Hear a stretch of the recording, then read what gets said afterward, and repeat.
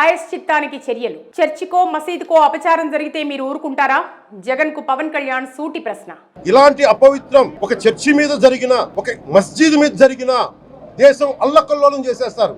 పవిత్రమైన తిరుమల లడ్డు కల్తీ అవడంతో చాలా పాపం జరిగిందని దానికి ప్రాయశ్చిత్తంగా 11 రోజుల పాటు ఆంధ్రప్రదేశ్ డిప్యూటీ సీఎం దీక్ష చేపట్టారు. ఈ సందర్భంగా గుంటూరు జిల్లా నంబూరులోని శ్రీ వెంకటేశ్వర స్వామి ఆలయంలో క్షీరాభిషేకం చేసి దీక్ష చేపట్టారు పవన్ కళ్యాణ్. అయోధ్య రామ మందిరం కావాలని చాలా ప్రతిష్టాత్మకంగా తీసుకుంటే దానికి కూడా తిరుపతి లడ్లు టీటీడీ లడ్లు. అనంతరం ఆయన మాట్లాడుతూ ప్రతి హిందువు సనాతన ధర్మాన్ని పాటించేవారు ఈ అక్రమాలను ఖండించాలి, ఈ అనైతిక పనులపై పోరాడాలి. కల్తీ నెయ్యి అంశంపై మంత్రిమండలి అసెంబ్లీలో చర్చ జరగాలి, దోషులను కఠిన శిక్షలు పడాలి అన్నారు. దర్శనాలకి టికెట్లు ఇవ్వడానికి మీరు బోర్డు మెంబర్స్ అవ్వలేదు, మీరు ఎవరు చైర్మన్ కానీ ఈవో కానీ. మీరు అక్కడ ధర్మాన్ని పరిరక్షించాలి. మీరు అక్కడ లడ్డూకు వినియోగించిన నెయ్యిలో గేదె కొవ్వుతో పాటు పంది కొవ్వు, చేప నూనె, సోయా, సన్ఫ్లవర్ వంటి ఇతర నూనెలు ఉన్నాయని ఎన్ఏడిబి సిఏఎల్ఎఫ్ ల్యాబ్ నిగ్గు తేల్చింది. కల్తీ నెయ్యితో తయారు చేసిన లడ్డూలను అయోధ్యలోని రామజన్మభూమి మందిరానికి పంపి టీటీడీ పెద్ద తప్పు చేసింది. వైకాపా అధికారంలోకి వచ్చాక టీటీడీలో సంస్కరణల పేరుతో అనేక మార్పులు చేర్పులు చేసింది. పూజా విధానాలను మార్చేసింది. శ్రీవారి ట్రస్ట్ పేరుతో టికెట్ల ధరలు పెంచారు. దర్శనానికి 10,000 వసూలు చేసి బిల్లు మాత్రం 500 చొప్పున ఇచ్చారు. దీనిపై నాతో సహా అనేక మంది జగన్ సర్కార్ను ఆనాడే వేలెత్తి చూపాం. టీటీడీలో వైకాపా హయాంలో పారదర్శకత ఘోరంగా కరువైందని మండిపడ్డారు.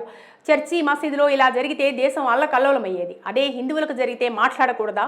అసలు తప్పు చేసిన వారిని జగన్ ఎలా వెనకేసుకొస్తున్నారు? వారిని ఎందుకు సమర్థిస్తున్నారు? సీఎంకు ఒకటే విజ్ఞప్తి చేస్తున్నా, టీటీడీ అక్రమాలపై ఏ నిర్ణయం తీసుకున్నా సహకరిస్తాం. ఇంత కల్తీ జరిగితే కనీసం టీటీడీలో ఉండే హిందూ అధికారులు మాట్లాడలేదు.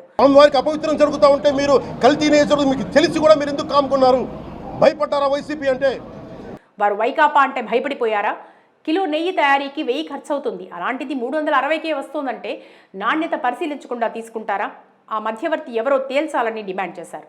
మరోవైపు మీడియా వారితో చంద్రబాబు మాట్లాడుతూ తిరుమలలో ఈరోజు హిందూ సాంప్రదాయబద్ధంగా ఆగమ శాస్త్రాలకు అనుగుణంగా శాంతి యాగం జరుపుతున్నామని తెలిపారు. ప్రజల మనోభావాలతో ఆడుకునే హక్కు ఎవరికీ లేదు. ప్రతి దేవాలయంలో సాంప్రదాయాలు, ఆచారాలను గౌరవించాల్సిందే. ఇందులో రాజీ పడే ప్రసక్తే లేదు అని స్పష్టం చేశారు. మొత్తం దేవాలయాల నిర్వహణపై అక్కడి పద్ధతులకు అనుగుణంగా ఈరోజు నేను ప్రాయశ్చిత దీక్ష మొదలుపెట్టాను. ఈరోజు 11 రోజులు స్వామివారికి నేను క్షమాపణ కోరుకుంటే దీక్ష తీసుకుంటున్నాను. పాలన, ఆగమ శాస్త్రం తెలిసిన వైదిక, ధార్మిక, ఆగమ పండితులతో ఒక కమిటీ వేసి సమగ్ర నిర్వహణ విధానాలు రూపొందిస్తాం. వాటిని తప్పనిసరిగా అమలు చేసేలా విధానాలు అమలు చేస్తామన్నారు.